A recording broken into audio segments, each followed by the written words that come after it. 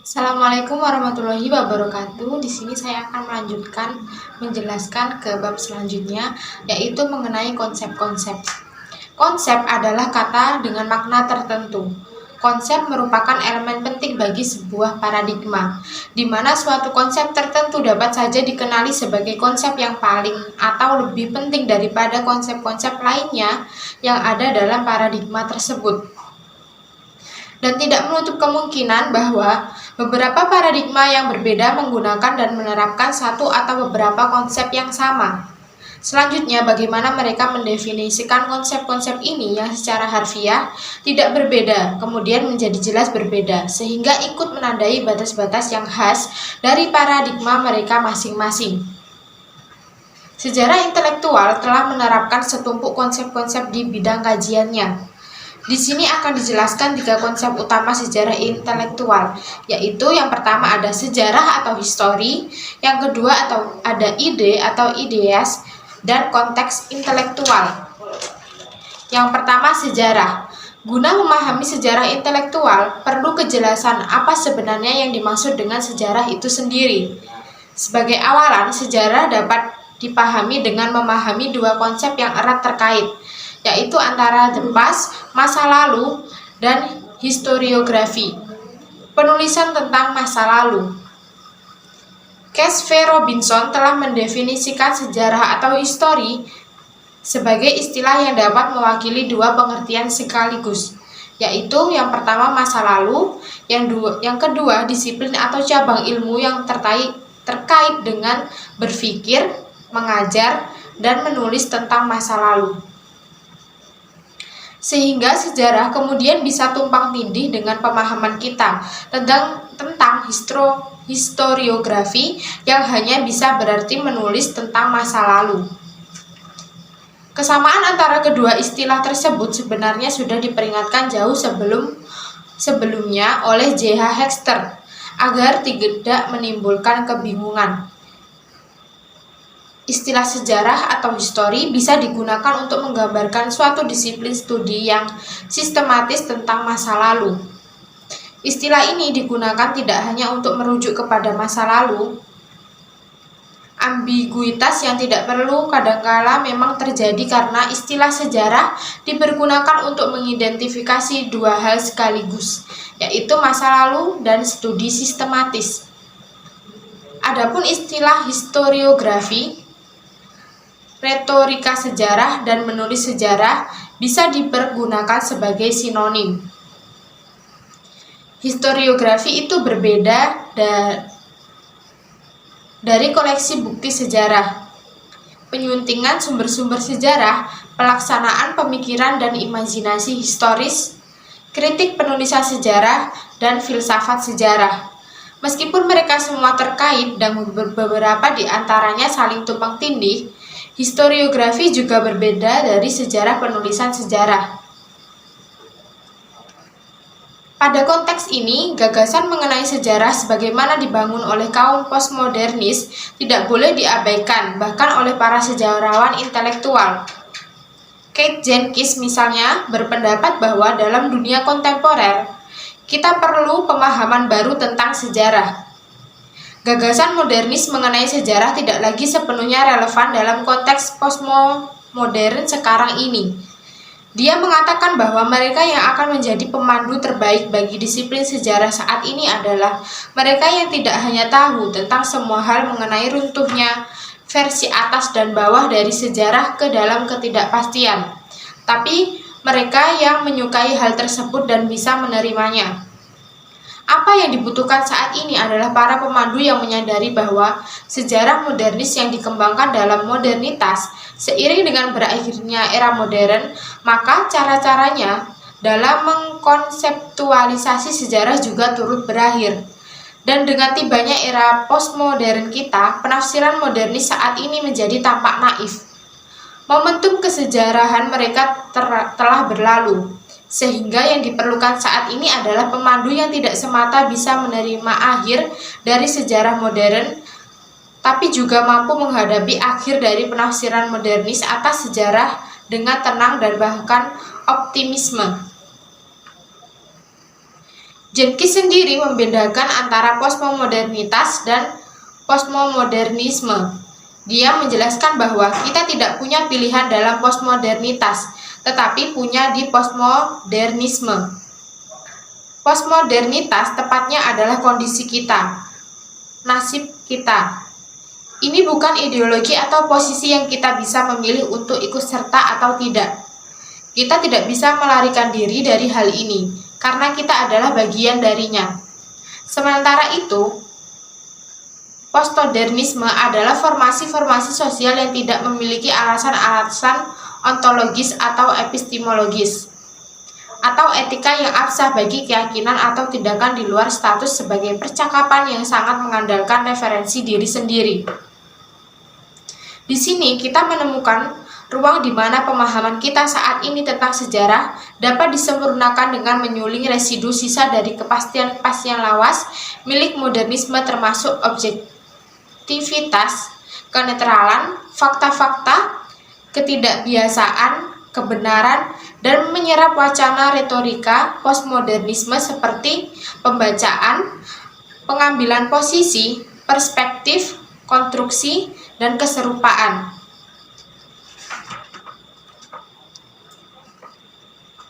Yang selanjutnya ada ide. Dengan mengacu pada serangkaian volume Ideas in Context atau ide-ide dalam konteks yang diterbitkan oleh Cambridge University Press, Young menggambarkan sejarah intelektual sebagai suatu disiplin yang berkaitan dengan memahami bagaimana ide-ide berasal dan berkembang dalam konteks sejarah yang spesifik. Hal ini juga berkaitan dengan penelusuran sejarah mereka dalam konteks sejarah yang lebih luas dari masyarakat dan budaya yang mereka telah turut serta membantu membentuknya, dan yang sebaliknya juga telah membentuk mereka. Potret ini menekankan betapa vital dan pentingnya konsep ide untuk karya-karya sejarawan intelektual. Semua upaya mereka dituangkan untuk mengidentifikasi, mengeksplorasi, dan menjelaskan ide-ide yang mereka pelajari. Tapi bagaimana sejarawan intelektual sendiri benar-benar melihat ide tersebut? Biasanya ide-ide lebih menarik dilihat pada perannya dalam sejarah monastik atau dasar teologis dari cita-cita hidup kontemplatif. Sekalipun demikian, ide-ide sendiri oleh sejarawan intelektual dilihat, seperti ditegaskan La Chapra, tidak sebagai sesuatu yang dingin dan tanpa darah, tetapi sebagai sesuatu yang bernyawa, penting, dan bahkan bisa terlihat erotis. Ide-ide selalu muncul dalam banyak bentuk dan tidak kesemuanya itu, seperti pendapat Burrow, mudah diidentifikasi dengan bentuk-bentuk yang diciptakan dan ditegakkan oleh disiplin keilmuan modern. Ide-ide dari kehidupan intelektual masa lalu dalam praktek sejarawan intelektual dapat dipelajari dari teks dan arsip. Di sini ada sedikit perbedaan pengertian antara teks dan arsip. Teks hampir secara eksklusif merujuk pada tulisan-tulisan dalam bentuk seperti buku, artikel jurnal, atau makalah yang berbicara tentang topik tertentu, dan kemudian dijabarkan secara ringkas atau panjang lebar. Sementara arsip lebih merujuk pada bahan-bahan tertulis atau dokumen semacam daftar harga, lembar demografi, dan lain sebagainya. Yang selanjutnya ada konteks intelektual.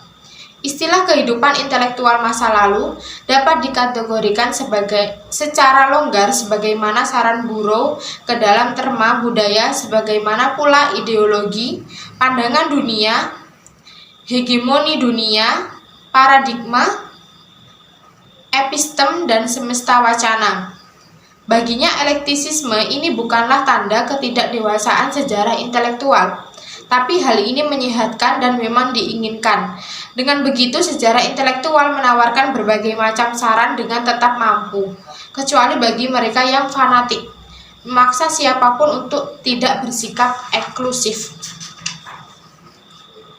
Burrow tidak setuju dengan asumsi bahwa sejarah intelektual membutuhkan kosakata teoritis yang khusus dan sistematis untuk entitas dan relasi-relasi yang berhubungan dengan kajiannya. Posisi sikap ini berdasarkan penalaran atas dua keyakinan yang berhubungan erat dengan asumsi. Yang pertama, bahwa bagian-bagian dari kehidupan intelektual masa lalu yang terfikirkan dianggap sebagai asing, tertutup, dan tanpa kompromi. Yang kedua, bahwa mereka juga sangat koheren sehingga kita dapat memahami kehidupan intelektual tersebut dalam totalitasnya dan mungkin terkait dengan aspek-aspek lain dari organisasi sosialnya karena mereka sendiri tidak bisa. Selanjutnya di sini Burrow juga menyoal dua keyakinan tersebut. Yang pertama adalah salah bahwa kita membutuhkan model yang ketat untuk hal yang tak kompromistis. Menurutnya kita mengerti suatu totalitas seringkali merupakan konsekuensi dari adanya model. Dan itu biasanya sesuatu yang kita bawa siap pakai untuk beberapa aspek dari masa lalu daripada sebagai sesuatu yang kita bangun secara ad hoc dalam negosiasi kita dengannya. Yang kedua, untuk kecenderungan kuat dan agak modis yang mengatakan bahwa model siap pakai yang kita bawa untuk menjumpai masa lalu itu akan mengarahkan kita seperti mendengar gema dari suara kita sendiri. Burrow menanggapi bahwa dia tidak percaya jika itu tak terhindarkan, meskipun dia berpikir bahwa hal semacam itu dapat dan sungguh-sungguh terjadi. Dia melihat hubungan kita dengan wacana masa lalu bisa menjadi semacam negosiasi, dalam arti bahwa ada dua sisi di mana kita dapat mendengar dan juga berbicara. Bahkan dalam posisi mendengar, entah dengan tidak sabaran, tidak perhatian, lalai, atau justru selektif, kita masih dapat mendengar sesuatu yang semula tidak kita kehendaki. Disitulah kita belajar mengenali kemampuan masa lalu untuk mengejutkan kita. Muncul secara berbeda, tidak cocok sebagaimana praanggapan kita semula mengenainya. Burrow menegaskan bahwa menafsirkan wacana masa lalu kita tidak harus selalu dibatasi kosakata-kosakata tertentu. Meskipun ia mengakui bahwa merasa selalu terhubung secara dekat dengan masa lalu bisa membuat kita lebih nyaman. Dia tidak menyangkal bahwa penting bagi kita untuk mengambil manfaat ketika belajar, menyimpul, atau meminjam dari manapun. Konsep-konsep yang bisa membantu kita menjadi lebih baik dalam menafsirkan dan memahami aturan-aturan, konvensi, dan sekaligus keterbatasan yang mana pembicara di masa lalu tidak mengalami itu. Tapi patut diingat bahwa sejarah intelektual bukanlah sebuah parodi. Kata Burrow, dia hendak mereiterasi klaim bahwa lebih baik tidak boleh ada hanya satu metodologi terpadu, skema konseptual atau bahasa teoristik yang digunakan secara definitif untuk menandai sejarah intelektual dan para praktisinya. Selanjutnya, ada metode penelitian. Pada dasarnya, metodologi yang dikembangkan oleh sejarawan intelektual adalah metodologi yang juga diterapkan oleh para sejarawan pada umumnya. Perbedaannya hanya terletak pada aspek-aspek tertentu dari masa lalu yang akan dipelajari. Antara lain, telah dikonfirmasi oleh Cialdini, salah satu sejarawan intelektual kontemporer dari Inggris. Dia mengatakan, seperti semua sejarawan intelektual lebih sebagai konsumen daripada produsen. Metode sama halnya ketika mengklaim bahwa tidak ada jenis bukti yang secara khusus dan eksklusif adalah miliknya. Kekhasannya terletak pada aspek mana dari masa lalu yang hendak diungkap, tidak pada kepemilikan eksklusif baik yang berkenaan dengan bukti atau teknik-teknik kajian. Masa lalu itu sendiri telah mewujud dalam bentuk teks atau arsip. Itu membuat semua sejarawan dalam prakteknya adalah penafsir teks. Meskipun untuk sebagian besar jenis sejarawan seperti Cialdini kemukakan, teks-teks ini hanya sarana yang diperlukan untuk memahami sesuatu selain dari teks itu sendiri. Bagi seorang sejarawan intelektual, pemahaman penuh atas teks yang mereka pilih dengan sendirinya adalah tujuan dari perburuan intelektual mereka. Sejarah intelektual seringkali terlihat membawa fokus kajiannya pada studi tentang ide-ide tinggi dari periode masa lalu, yakni pemikiran para intelektual yang berpartisipasi dalam budaya kaum terdidik di masanya. Penekanan ini tak urung membuat mereka sering didiskreditkan sebagai disiplin keilmuan sejarah yang menerapkan elitis, di mana sejarah tertulis dari atas ke bawah, Walaupun menjelaskan ide-ide tinggi adalah yang utama, sejarawan intelektual dipastikan menemukan kemustahilan bila mana melakukan penjelasan mengenai hal tersebut tanpa memeriksa konteks sosial di mana ide-ide dimaksud berkembang. Dengan menyelidiki konteks ini, sejarawan intelektual tentu terlibat dalam ranah sejarah sosial. Kuklik menyatakan bahwa sejarawan intelektual telah sampai pada suatu titik keyakinan bahwa bidang yang mereka geluti tidak dapat dibatasi hanya dengan kajian mengenai apa yang terjadi dalam realitas gaib di kepala sebagian para pemikir besar, terpisah dari realitas-realitas duniawi yang nyata. Dia mengatakan bahkan pemahaman yang tepat atas pemikiran dari suatu periode akan bergantung pada pengetahuan atas semua ide yang ada pada saat itu, dari yang populer hingga ilmiah. Michel Bidis juga menegaskan hal yang serupa dengan mengatakan setiap survei umum sejarah intelektual sekarang harus mempertimbangkan tidak hanya ide-ide politik dan sosial, tetapi juga dari interaksi mereka dengan perkembangan ilmu pengetahuan alam, filsafat, dan pemikiran agama, dan tidak lupa dengan literatur dan seni, di mana tumpang tindih dengan sejarah budaya menjadi sangat kentara, di mana kata-kata masih tetap menjadi kendaraan utama wacana dalam sumber-sumber kajian ini. Maka kita masih harus banyak belajar dari tetangga-tetangga kita di bidang sosial-linguistik khususnya. Pembahasan ini menunjukkan bahwa dalam perkembangan sejarah intelektual setidaknya ada dua aliran utama, yaitu elitis dan kontekstualis. Aliran yang pertama menurut Bavat dapat ditemukan dalam karya Arthur Lovejoy, pendukung terkemuka sejarah ide, dan Reinhard Konsel, promotor Begriffsgeschichte, sejarah konsep. Aliran yang kedua, kontekstualis, bisa diidentifikasi dari sejarawan The Cambridge School of Intellectual History seperti Quentin Skinner, Peter Lesch, dan lain sebagainya.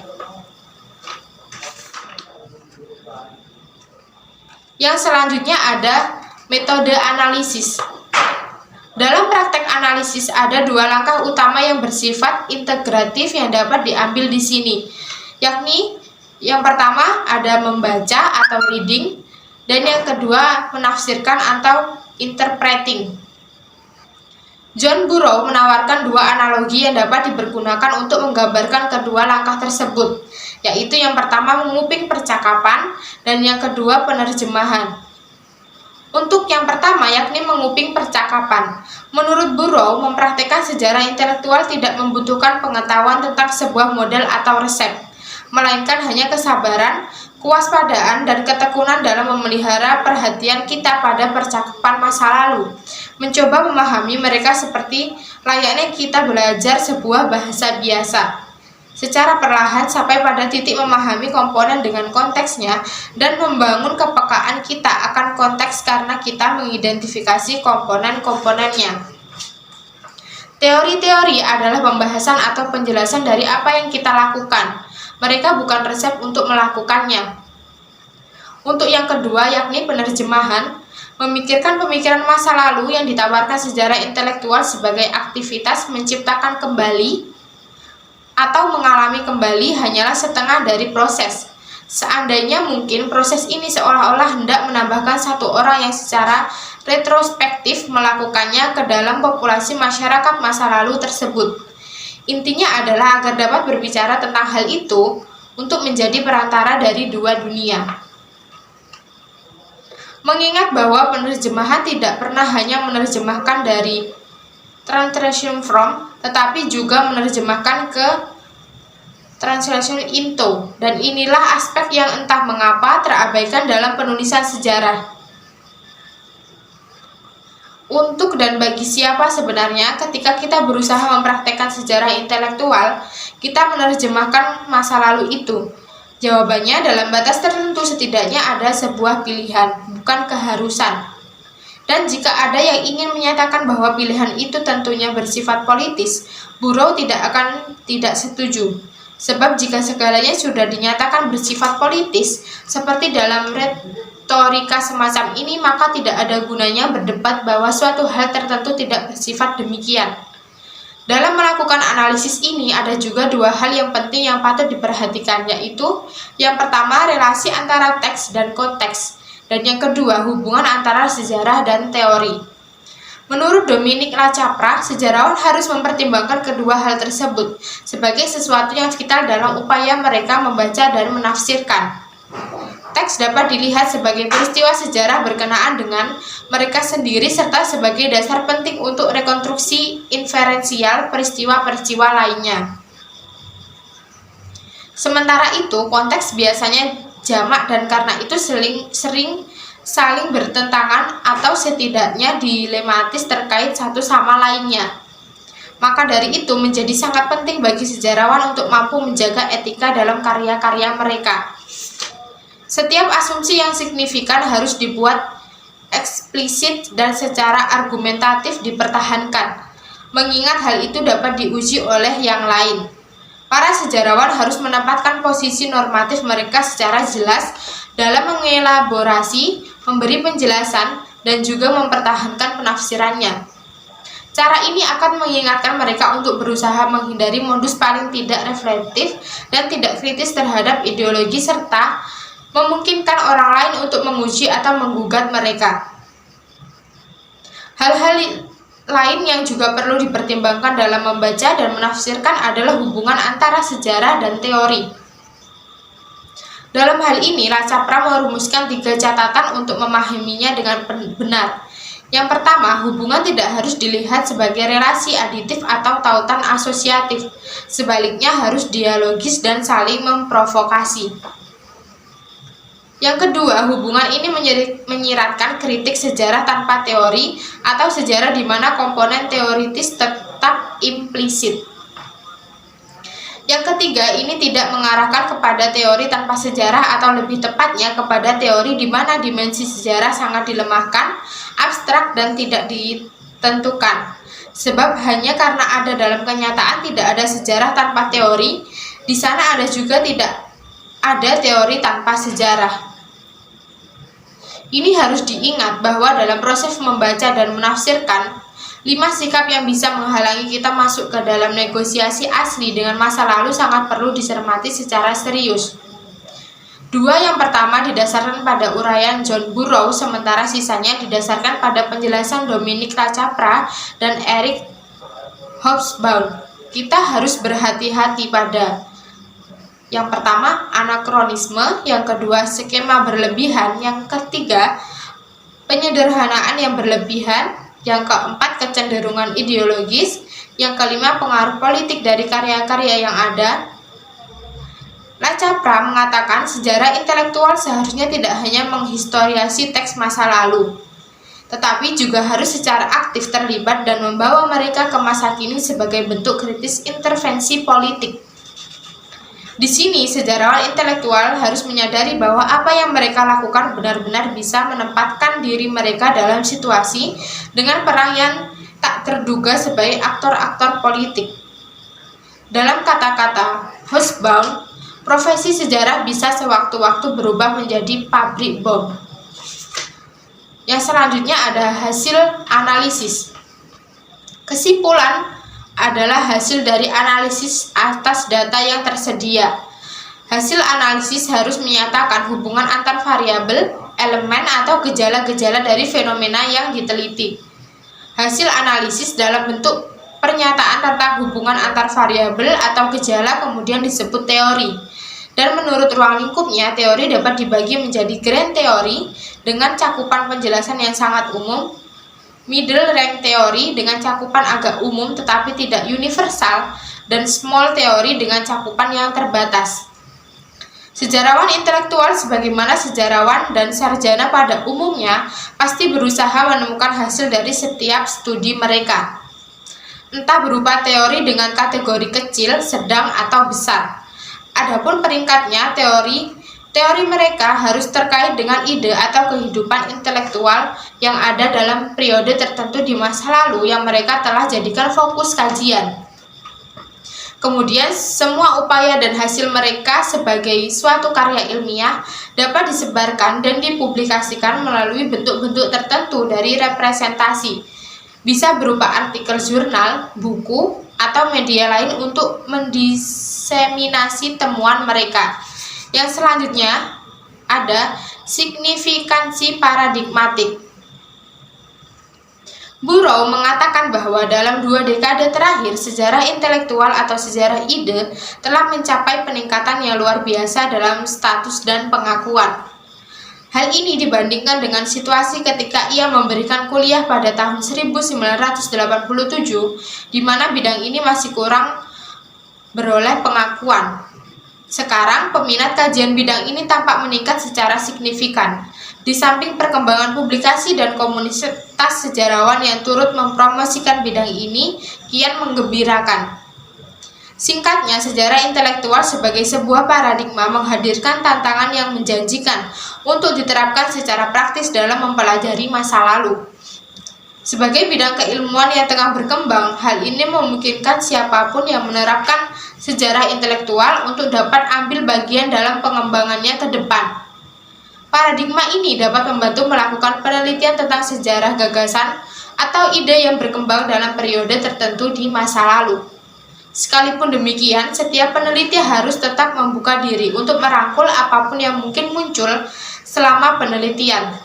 Kegiatan ini, sebagaimana Burrow kemukakan, adalah sebuah negosiasi, di mana percakapan dan penerjemahan intelektual terjadi. Di sini masa lalu mungkin berbicara kepada kita sesuatu yang tak terduga yang kita tidak antisipasi sebelumnya. Mungkin itu saja yang bisa saya sampaikan, kurang lebihnya mohon maaf. Wassalamualaikum warahmatullahi wabarakatuh.